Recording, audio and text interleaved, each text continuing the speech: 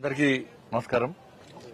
మా కరీంనగర్ లో పూర్తి సమయ కార్యకర్తగా దాదాపు 15-20 సంవత్సరాల నుంచి కరీంనగర్ లో పనిచేస్తున్నటువంటి సాయి ఆ కార్యకర్త యొక్క వివాహం కోసం రావడం జరిగింది. ఇక్కడ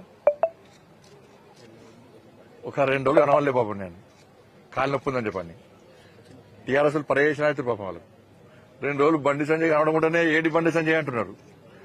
బీఆర్ఎస్ వాళ్ళకు పండుకున్నా లేసినా ఏడవేనా కూడా బండి సంజయ్ గుర్తొస్తారు వాళ్ళకు. నిన్న మాట్లాడుతున్నారు వాళ్ళు, బండి సంజయ్ ఏడవలే 2 రోజులు కాలినప్పుండే, అందుకే బయటకు వెళ్ళి మళ్ళీ బయటకు వస్తే మీ సంగతి చెప్పడానికి వచ్చిన. ముఖ్యంగా తెలంగాణ రాష్ట్రంలో కొనుగోలు సరిగా జరగకపోవడం వలన రైతులు నానా అవస్థలు పడుతున్నారు. ఇప్పటికీ ఇంకా కొనుగోలు కేంద్రాలు ప్రారంభించలేదు చాలా ప్రాంతాల్లో. మొదట ప్రారంభించినప్పుడే ఇంకా దాదాపు 1700 కొనుగోలు కేంద్రాలు ప్రారంభించనే లేదు. కొనుగోలు కేంద్రాలు ప్రారంభించిన ప్రాంతాల్లో కొనుగోలు ప్రారంభం కాలే. రైతులు వడ్లను తీసుకొచ్చి కొనుగోలు కేంద్రాల్లో పోసారు. అక్కడ స్థలాలు లేకుండా రోడ్ల మీద పోసుకున్నారు.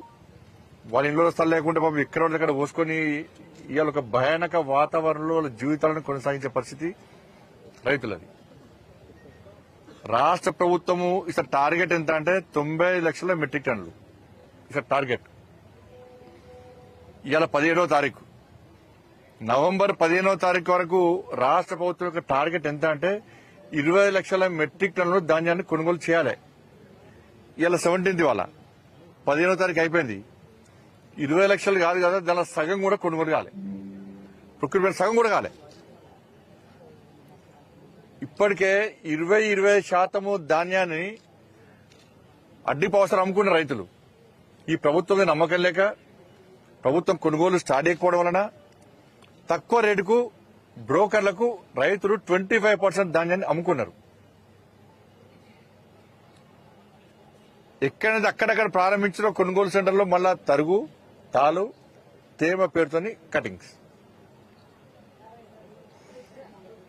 ఇది తెలంగాణలో రైతుల పరిస్థితి.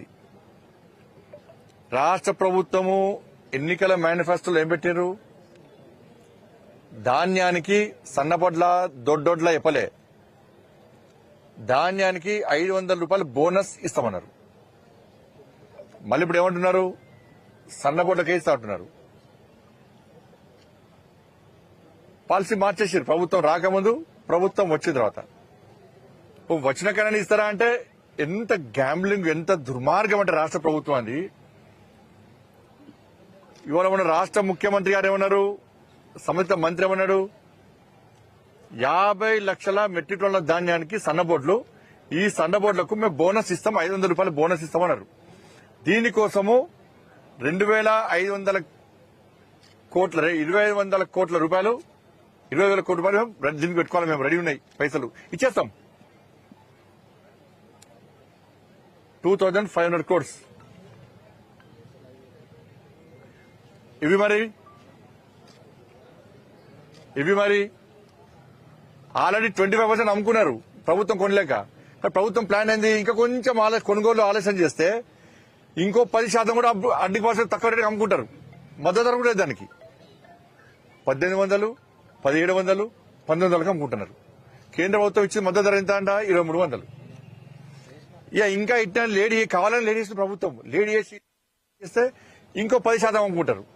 లాస్ట్ కు వీళ్ళు ఇచ్చేది ఎంత? ఒక 50% మందికి 500 రూపాయలు బోనస్ ఇవ్వచ్చుగా. ఒక 1000 కోట్లు ఆల్రెడీ 1000 కోట్లు ఖతం అయిపోయినాయి, 1000 కోట్లు తప్పించుకున్నారు. ఇక ఇంకో 500 కోట్లలో ఇంకో 500, 1000 కోట్లు ఖతం అయిపోతే అమ్ముకుంటే మనం ఇచ్చేదంతా ఇంకో 1000 కోట్లు ఇద్దాం, 600, 700 కోట్ల బంధం ఇద్దాం బోనస్ అని చెప్పించే కుట్రలో భాగమే ఇలా రాష్ట్ర ప్రభుత్వం యొక్క చేస్తారు. ఇవాళ అమ్ముకున్నారు, సగం అమ్ముకున్నారు. మద్దతు ధర లేదు ఇప్పటికి. అంటే రైతులు ఇబ్బంది పడుతుంటే, రైతులు నానా అవస్థలు పడుతుంటే కొనుగోలు బ్రహ్మాండంగా జరుగుతున్నాయి. ఇలా సవాల్ చేస్తున్నారు రాష్ట్ర ప్రభుత్వానికి. చలో తరుగు, తాలు, తేమ లేకుండా ఎక్కడైనా కొంటుండ్రని చెప్పి ప్రూవ్ చేయండి. తరుగుతాలు తేమ కటింగ్స్ లో కూడా కొంటలేరు అని చెప్పి నేను ప్రూవ్ చేస్తా. నేను ముక్కు నెలకు రాస్తా. మీకు సిద్ధమాదానికి రాష్ట్ర ప్రభుత్వం సిద్ధమాదానికి కొనుగోలు ప్రారంభించిన కేంద్రాలు చూపడతా. నేను పోదాం, రైతుల దగ్గర పోదాం ఇవాళ. కానీ ఇచ్చిన హామీలు ఏమైనాయి? కాబట్టి నేనేమంటున్నా అంటే దయచేసి ఇప్పటికైనా యుద్ధ ప్రాతిపదికన మీరు కొనుగోలు ప్రారంభించండి. రైతులు తక్కువ రేటుకి అమ్ముకునే పరిస్థితి వచ్చింది. మీరు 2200 కేంద్ర ప్రభుత్వం మద్దతు ధరిస్తున్నది, దానికి 500 బోనస్. మీరు బోనస్ ఎవరికి ఇవ్వాలి? మీ టార్గెట్ ఎంత? 50 లక్షలు. 50 లక్షల మెట్రిక్ టన్ల బయట అమ్ముకున్నా కూడా మీరు లెక్క తీయండి. లెక్కనే ఉంటుంది, బాధ్యత లెక్కనే ఉంటుంది. బయట అమ్ముకున్న కూడా మీరు బోనస్ ఇవ్వాలి. బయట అమ్ముకున్న కూడా బోనస్ ఇవ్వాలి. మీరు తరుగుతాళ్ళు తేమలే కూడా కొనాలి. బయట అమ్ముకున్న రైతులు కూడా మీ టార్గెట్ 50 లక్షల మెట్రిక్ టన్లకు అసలు మొత్తానికి ఇవ్వాలి. సన్నపోటు లేదు, తొట్టలేదు. మీరన్నారు ఎలక్షన్స్ అప్పుడు ఈ తేడా ఆ తేడా లేకుండా అందరికీ బోనస్ ఇవ్వాలి. ఇవాళ రైతు భరోసా ఇవ్వకపోతుంది. కౌలు రైతులకు రైతు కూలకి ఇస్తున్నారు. వాళ్ళకు 12 రూపాయలు ఇస్తుంటారు. రైతు కూలకు వాళ్ళకి ఇవ్వకపోతుంది. 500 రూపాయలు బోనస్ అంటది. బోనస్ ఎగ్గొట్టడం ఎంత తగ్గించుకోవాలో అంత తగ్గించుకునే ప్రయత్నం చేయబడుతుంది. కేంద్ర ప్రభుత్వం మద్దతు ధరిస్తే ఆ మద్దతు ధర కొనుగోలు లేక ఇలా తక్కువ రేటు అమ్ముకునే విధంగా రైతులను మోసం చేయబడుతుంది. మీరు దళారీ వ్యవస్థను పెంచి పోషించబడుతుంది. ఇలా నిజాయితీగా కొనుగోలు జరిగితే ఇలా పైసలు లాభం ఉండదు. ఇప్పుడు ఏం చేస్తారు? బయట బ్రోకర్లకు అమ్ముకుంటే బ్రోకర్ల ద్వారా కమిషన్ వస్తుంది. వీళ్ళకు బ్రోకర్లకు అమ్ముకుంటే కమిషన్ వస్తుంది. ఈ బోనస్ తప్పించుకోవచ్చు. 50% బోనస్ తప్పించుకోవచ్చు. ఈ రెండు కుట్రలో భాగమే ఇలా రైతులు ఇబ్బంది పడుతున్న విధానం. ఇది హరి గోస పడుతున్నారు. రైతులు ఎక్కడైనా మొత్తుకుంటున్నారు, లొల్లి పడుతున్నారు రైతులు.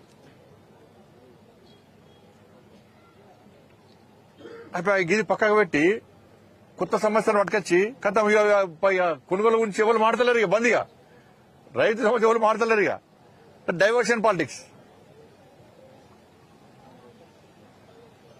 కాబట్టి రాష్ట్ర ప్రభుత్వము కొనుగోలు విషయంలో ప్రత్యేక శ్రద్ధ వహించాలి. ఇప్పటికీ 50% కూడా కొనుగోలు జరగలేదు. మీ నిర్లక్ష్యం వలన, మీ చేతకంతనం వలన, మీ మూర్ఖత్వ ఆలోచన వలన, మీ కుట్రల వలన రైతులు తక్కువ రేటుకి అమ్ముకునే పరిస్థితి వచ్చింది. మీరు బోనస్ ఇచ్చడం తప్పించుకోవడానికి ఈ కుట్ర చేస్తున్నారు. తరుగుతాలు తేమ పడుతుంది, రైతులు ఇబ్బంది పడుతున్నారు. రోడ్ల మీద ధాన్యం వేసుకున్నారు, స్థలాలకు ఇబ్బంది పడుతున్నారు. కాబట్టి రైతు భరోసా ఇవ్వాలి. రైతు కులకు 12,000 రూపాయలు ఇవ్వాలి. బోనస్ ఇవ్వాలి. తరుగుతాలు తేమలు కూడా కొనాలి. ప్రతి ఒక్కరికి బోనస్ ఇవ్వాలి. అన్ని పంటలకు బోనస్ ఇవ్వాలి. ఇది మా డిమాండ్. ఇప్పుడు లగిచర్లకు సంబంధించి మేము ఫార్మాసిటీకి వ్యతిరేకం కాదు. దేశంలో అనేక ప్రాంతాలు కట్టిరు. వాళ్ళ ఫార్మాసిటీ అక్కడ రైతులకు అన్యాయం జరగకుండా రైతులను ఒప్పించి, రైతులను మెప్పించి, వాళ్ళతో చర్చలు జరిపి, వాళ్ళకి అన్ని విధాల న్యాయం చేసి వాళ్ళు ఒప్పుకున్న తర్వాత ఇలా ఫార్మాసిటీ కడతారా ఇంకేం సిటీ కడతారో కట్టుకుంటే ఎవ్వరికి ఇబ్బంది లేదు. రైతులు కూడా సహకరిస్తారు. కానీ రైతుల గురించి ఆలోచించకుండా, వాళ్ళ సమస్య పరిష్కరించకుండా, వాళ్ళ ఆలోచనలు వినకుండా, వాళ్ళ బాధలు కష్టాలు వినకుండా, వాళ్ళకు న్యాయం చేయకుండా దౌర్జన్యంగా మేము ఫార్మాసిటీ కడతాం, మీరు మీ స్థలాలు మీ ఇల్లు ఇచ్చేయాల్సిందే అంటే రాచరిక పాలన ఇదేమన్నా?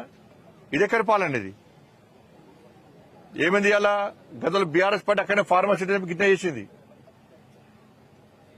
ఇవాళ ఇక్కడ కూడా చూడండి, మీరు ఆలోచించారు. ఇక్కడ మీడియా మీద ఆలోచించాలి. ఇక్కడ కూడా ఇప్పుడు రైతుల సమస్య ఏంది? ఇక్కడ కూడా వికారాబాద్ రైతులకు సంబంధించి మరి రైతులు ఇబ్బంది పడుతున్నారు, పేద ప్రజలు ఇబ్బంది పడుతున్న చర్చ జరుగుతలేదు. వీళ్ళు విధ్వంసం చేసిరని వీళ్ళు చేయలేదని వాళ్ళు సమస్య వచ్చింది. అలా వాళ్ళ టాపిక్ డైవర్ట్ చేసినారు. కూడా అన్నోటి ఇష్యూ డైవర్ట్ అయింది. చర్చ దేని మీద జరగాలి? అక్కడ రైతులు వాళ్ళ సమస్యల మీద ఆందోళన చేస్తున్నారు, వాళ్ళ బాధలు చెప్పుకుంటున్నారు. మా కష్టాలు వినండి, మా బాధలు వినండి, మాకు న్యాయం చేసిన తర్వాతనే మీరు ఫార్మాసిటీ కట్టుకోండి అని చెప్పి వాళ్ళ రైతులు బాధను వ్యక్తం చేస్తున్నారు. మరి ఆ సమస్య మీద చర్చ లేదు. ఇప్పుడు ఇక ఆ సమస్య చర్చ లేదు. వీళ్ళు వాళ్ళ మీద దాడి చేసినట్టు వీళ్ళు మొత్తం ఇదే పరిస్థితి. వాళ్ళ అసలు చర్చ పక్కపోయింది, ధాన్యం చర్చ పక్కపోయింది, ఇక్కడ విక్రమ రైతుల పేద ప్రజల సమస్య పక్కపోయింది. బీఆర్ఎస్ వర్సెస్ కాంగ్రెస్ సమస్య మారింది. వీళ్ళు వాళ్ళ గురించి మాడతలేరు, వాళ్ళు వీళ్ళ గురించి మాడతలేరు. కలెక్టర్ గారి మీద దాడి చేయడము తప్పదు. ఇది రైతులు మాత్రం దాడి చేయలే. రైతులు అక్కడ పేద ప్రజలకు అటువంటి ఆలోచన లేదు. వాళ్ళకు ఉన్నతాధికారులను గౌరవించాలి, వాళ్ళు మన అధికారులు మనల్ని పాలిస్తారు, మనకు సహకరిస్తారని చెప్పి ఆలోచన ఉంటుంది వాళ్ళకు. వాళ్ళ బీఆర్ఎస్ వాళ్ళు దాడి చేశారని చెప్పింది ఎవరైనా ప్రభుత్వం చెప్పింది. దీని వెనుక కేసీఆర్ కొడుకునని చెప్పింది ఎవరు? ప్రభుత్వం చెప్పింది. మరి ఏమైంది? కేసీఆర్ కొడుకుని ఎందుకు లోపడేస్తలేరు? లోపడేయడానికి చెప్పింది ఎవరు? ఇలా సాక్షాత్తు కలెక్టర్ గారి నివేదికలో దీని వెనుక కుట్ర దాగి ఉందని నా కలెక్టర్ గారు నివేదిక ఇచ్చారు. కుట్ర ఏందో ఈ ప్రభుత్వము, ఇది వేరే దేశం వాళ్ళు వచ్చి టెర్రరిస్ట్ వచ్చి దాడి చేస్తే కూడా చర్చ ఇప్పుడు బయటపడుతుండే. వేరే దేశం టెర్రరిస్ట్ వాళ్ళు వచ్చి దాడి చేస్తే ఈ విషయం బయటకు వస్తుండే.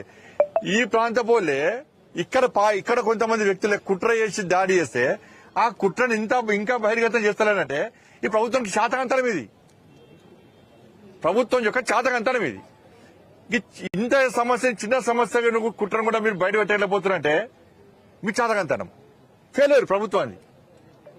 ఇప్పుడు ప్రభుత్వంలో పెద్దలే అంటారు కేసీఆర్ కొడుకున్నాడని, మీరు అరెస్ట్ చేయరు.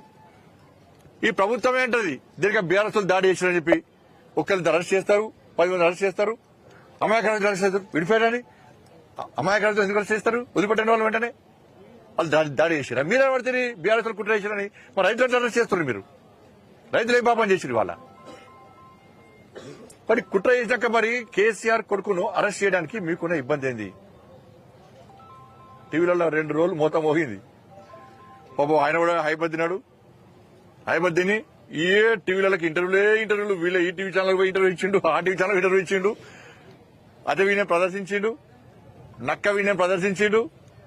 నేను నోట్లు వేయబడతాడు కోరిక అన్నట్టు చూపడుతుండే. అబ్బా ఎంత నట సార్వభౌమునివే నువ్వు నిజంగా కేసీఆర్ కొడుక. నీ నటన చూసినాక ప్రజలు నవ్వుకుంటారు, చీతు అని నవ్వుతున్నారు. నీకేం తెలియదు, నువ్వు అమాయకుడు నువ్వు. కాబట్టి మొత్తం కూడా ప్రభుత్వం యొక్క వైఫల్యము, చాతకంతరము. ఇప్పటికైనా ప్రభుత్వము అక్కడ పేద ప్రజల మీద దృష్టి పెట్టకండి. కుట్ర చేసిన అరెస్ట్ చేస్తారా చేయరా? ఏమైంది? కథం ఢిల్లీకి సమస్య, ఢిల్లీ కాంగ్రెస్ హైకమాండ్ దగ్గరికి వెళ్ళి ఏమి ఇసుకోవాలో అది తీసుకున్నారు. కథం దుకాణం బంద్. ఇక మళ్ళీ అరెస్ట్ చేస్తే ఇక నాకు తెలిసేది ఏరియా అయిపోయింది. ఇక కథం కేసు మళ్ళీ రేపు కొత్త ఇష్యూ స్టార్ట్ చేస్తారు. ఇక ఇష్యూ అలాగే చేయాలని మళ్ళీ రేపు మీరు క్వశ్చన్ అడిగారు. ఇక మళ్ళీ రేపు కొత్త ఇష్యూ వస్తుంది. ఇక చూడు అన్నారు కదా. ఢిల్లీకి ఏది వేరే వాళ్ళు కలిసిరు. కేసీఆర్ అంటే ఫామ్ హౌస్ అటు చూసుంటాడా అన్న? కాంగ్రెస్ హైకమాండ్ కలిసిరు. అయిపోయా. ఇప్పుడు నేను దీనికి ఉదాహరణ ఎప్పుడు వస్తా మీకు. కాళేశ్వరం అరెస్ట్ అన్నారు ప్రభుత్వం ఏర్పడానే. ఏమైందన్నా కాళేశ్వరం? అయిపోయిందా? పంట ఎవరు అరెస్ట్ చేసిరా? స్కామ్ అన్నారు. ఏమైంది? ఎదురు కేసీఆర్ రేపు లోపడేస్తారన్నారు. కథం పోయింది. ఢిల్లీ పోయింది, కలిసి వచ్చింది కేసీఆర్, క్లోజ్. తర్వాత ఫోన్ ట్యాపింగ్ అన్నారు. సాక్షాత్తు రాధాకిషన్ రావు పేరున్నాయి కదా, రాధాకిషన్ రావు ఆయన స్టేట్మెంట్ అయిపోయింది. ఆయన వాంగ్మూలంలో ఇచ్చిండు. నేను కేసీఆర్ చెప్తేనే ఫోన్ ట్యాపింగ్ చేస్తా అని చెప్పి క్లియర్ గా వాంగ్మూలంలోనే చెప్పాడు. ఇది అఫీషియల్ రికార్డ్ అది. మరి అడిగినప్పుడు కేసీఆర్ కనీసం నోటీస్ ఇక చూడు రేపే అన్నారు. కథం మళ్ళీ అధిష్టానం పోయి కేసీఆర్ ఏం కావాలో ఏం చేయాలో చేసిండు. కథం ఫోన్ ట్యాపింగ్ క్లోజ్. నా ఫోన్ ట్యాపింగ్ అనేది సిరిసిల్ల కేంద్రంగా జరిగింది. నేను ఇవాళ మీకు చెప్తున్నాను.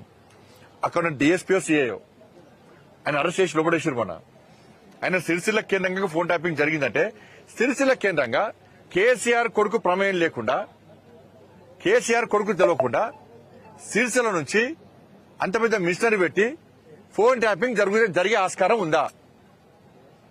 ఫోన్ ట్యాపింగ్ కేసీఆర్ కొడుకు తెలియకుండా జరిగే ఆస్కారం ఉందా? ఇది నేను పేపర్లో చూసిన, నేను మీడియాలో చూసిన.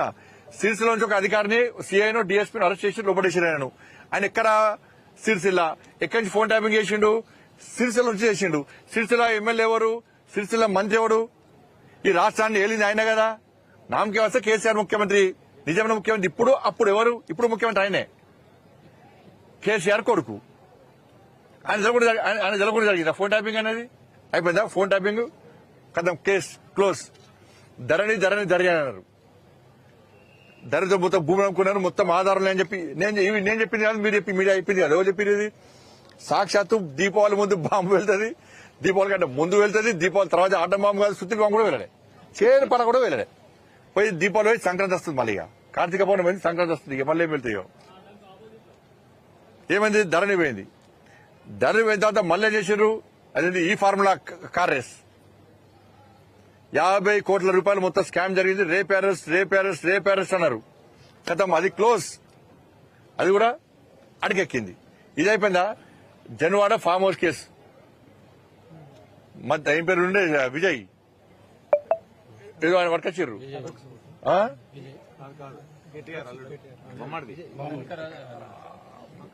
మద్రాసు విజయ ఉంది పాకాలము బామర్దే బామర్ దొరికిపోయింది ఇంకా దొరికిన ఇచ్చిపెట్టారు వీళ్ళు ఇప్పుడు పట్టుకుంటాం కాదు పట్టుకున్న ఇచ్చిపెట్టారు వీళ్ళు ఇప్పుడు దానిలో ఏం చేశారు 2 రోజులు మీరు టీవీలో అంత అన్న మమ్మల్ని పిచ్చోళ్ళు చెప్తున్నారు మీరు ఏం తెలియకుండా బ్రేకింగ్ అని మొత్తం ఆటాడిస్తారు పాప కెమెరామెన్లు రిపోర్టర్లు అయితే ఆడ పోయి ఆ ఫామ్ హౌస్ లో పోయి ఇంకా చూడు అని నూకేసినా కింద పడేసినా మీద పడేసినా ఇంకా చూడు ఆయన కనిపించింది ఆయన దొరికిన పెట్టారు ఈ అరెస్ట్ అది ఎక్కింది ఎట్లా పోయింది అది మళ్ళీ ఢిల్లీ పోయిండు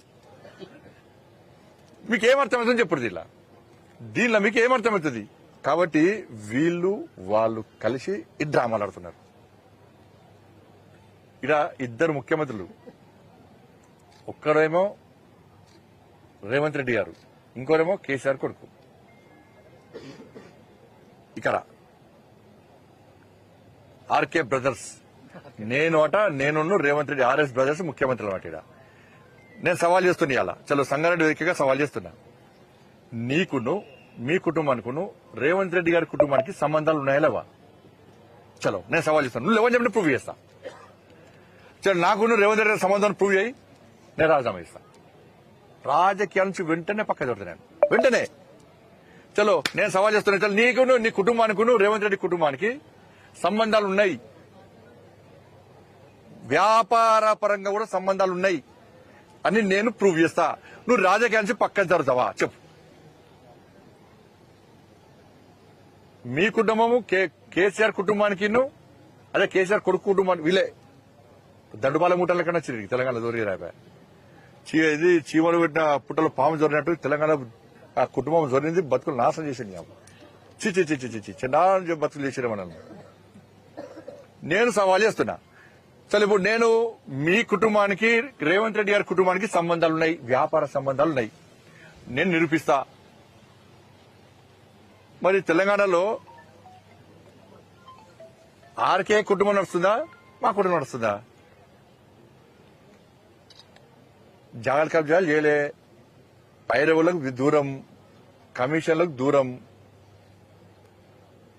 కాబట్టి అంతా కూడా ప్లాన్ కొద్దీ ఏంటంటే ఇద్దరు కలిసి ఏంటంటే భారతీయ జనతా పార్టీని రానియకుండా చేయాలి భారతీయ జనతా పార్టీని అడ్డుకోవడానికి ఇక్కడ కార్యకర్తలు చాలా అగ్రెసివ్ ముందుకు వస్తున్నారు భారతీయ జనతా పార్టీ కార్యకర్తలు కాబట్టి వీళ్ళని అడ్డుకోవాలంటే మనం కొట్టాడుకుంటున్న కొట్టినట్టు నేను ఏడ్చినట్టు చేస్తా అన్నటువంటి పాలసీతోని ఇద్దరు కలిసి ఆడుతున్న డ్రామాలు లేకుంటే గిన్ని విషయాలు చెప్పినా ఏ ఒక్క విషయం మీద విచారణ లేదు ఏ ఒక్క విషయంలో అరెస్టులు లేవు ఏ ఒక్క విషయంలో కనీసం నోటీసులు లేవు ఏం జరుగుతుంది తెలంగాణలో సాక్షాత్తు జిల్లా కలెక్టర్ గారి మీద దాడి చేస్తే కుట్ర చేస్తున్న అరెస్ట్ చేయకుంటే నేను ఇదే చెప్పిన బీఆర్ఎస్ పార్టీ విధ్వంసకర పార్టీ అసలు ఈ పార్టీని బ్యాన్ చేయాలి తెలంగాణ రాష్ట్రంలో అడిగితే ఈ పార్టీని బ్యాన్ చేయాలి తెలంగాణ రాష్ట్రంలో ఇప్పుడు విధ్వంసాలు చేసి మరొక్కసారి ప్రజలను నమ్మించి మోసం చేసి ఏదో ఒక మూవ్మెంట్ తీసుకొచ్చి ప్రజల దృష్టి మళ్లించి రాజకీయ లబ్ధి పొందడానికి ప్రజల మన ప్రాణాలతోని ఆటలాడుతున్నటువంటి పార్టీ బీఆర్ఎస్ పార్టీ ఇవాళ గ్రూప్ 1 ఎగ్జామ్ అప్పుడు నేనే ఆందోళన పాల్గొన్నా. ఆ రోజు విధ్వంసం చేసే ప్రయత్నం బీఆర్ఎస్ పార్టీ చేసింది. నేను ఆ రోజు చెప్పినాను, ఆ రోజు విధ్వంసం చేసే ప్రయత్నం చేసింది బీఆర్ఎస్ పార్టీ.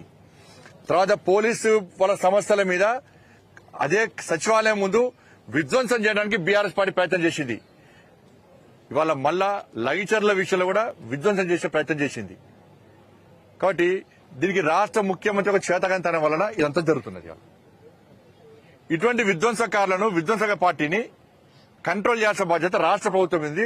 రాష్ట్ర ప్రభుత్వము వాళ్ళు వీళ్ళు కలిసి విధ్వంసం జరిగినా పర్లేదు, మేము కొట్లాడితే మాకు మధ్యలో మాకు మాత్రం మీడియాలో స్పేస్ ఉండాలి, మేము మాత్రం కొట్లాడుకోవాలి, లేకుంటే బీజేపీ మధ్యలో వస్తుంది, బీజేపీకి మీడియాలో స్పేస్ లేకుండా చేయాలని చెప్పి ఒక ఆలోచనలో కుట్రలో భాగమే అంతా. కాబట్టి ఈ విషయంలో ప్రజలు ఆలోచించాలి. ఈ అన్ని పక్కబెట్టరు. దయచేసి ఆ కొనుగోళ్ల గురించి ఇక్కడ ఫార్మాసిటీకి సంబంధించి రైతులకు న్యాయం చేయాల్సిందిగా భారతీయ జనతా పార్టీ డిమాండ్ చేస్తున్నది. నగర్ ఎంపీ అదేవిధంగా మన మినిస్టర్ హోంశాఖ మంత్రి వాళ్ళు సహాయక హోంశాఖ మంత్రివర్యులు అన్న బండి సంజయ్ అన్న గారు, అదేవిధంగా ఈ సమావేశంలో పాల్గొంటున్న సంగప్పన్న గారు, దేశపాండే గారు, శేఖర్ అన్న గారు, అంజిరెడ్డి గారు, సుభాష్ అన్న గారు, అదేవిధంగా రాములన్న గారు, ఇక్కడ ఉన్నటువంటి నందీశ్వర్ గౌడ్ అన్న గారు, చాడ సురేష్ రెడ్డి గారు, మరియు ఇక్కడ ఉన్నటువంటి మీడియా మిత్రులందరికీ కూడా నమస్కారం. ఈరోజు మన తెలంగాణ రాష్ట్రంలో అధికారంలోకి వచ్చి సంవత్సరం అవుతున్నటువంటి కాంగ్రెస్ పార్టీ ఇచ్చిన మోసం చేస్తూ, ప్రజలను మోసం చేస్తూ తెలంగాణ రాష్ట్రంలో ఏ విధంగా పరిపాలిస్తుందో మరి ఈరోజు అన్న ఎక్కడికి పోతే అక్కడ గొంతెత్తుతూ మరి ప్రజల పక్షా నుండి ఈరోజు భారతీయ జనతా పార్టీ ప్రజలకు మేము ఉన్నామని చెప్తున్నటువంటి వైఖరిలో ఉన్నటువంటి సందర్భం మనం అందరం కూడా చూస్తూ ఉన్నాం. ఈ రోజు తెలంగాణ రాష్ట్రం ఎక్కడ పోతుంది, ఏం పోతుంది, మరి ఈరోజు మూసీ నదిని అడ్డం పెట్టుకుని ఇచ్చినటువంటి 6 గ్యారంటీలను ప్రజలు మర్చిపోవాలనే ఒక ఉద్దేశంతో మూసీ నదిని ముందుకు తీసుకొచ్చినటువంటి పరిస్థితి కూడా మనం చూస్తా ఉన్నాం. Thanks for watching NV News. Please like, share, and don't forget to comment. Please subscribe our channel and press bell icon.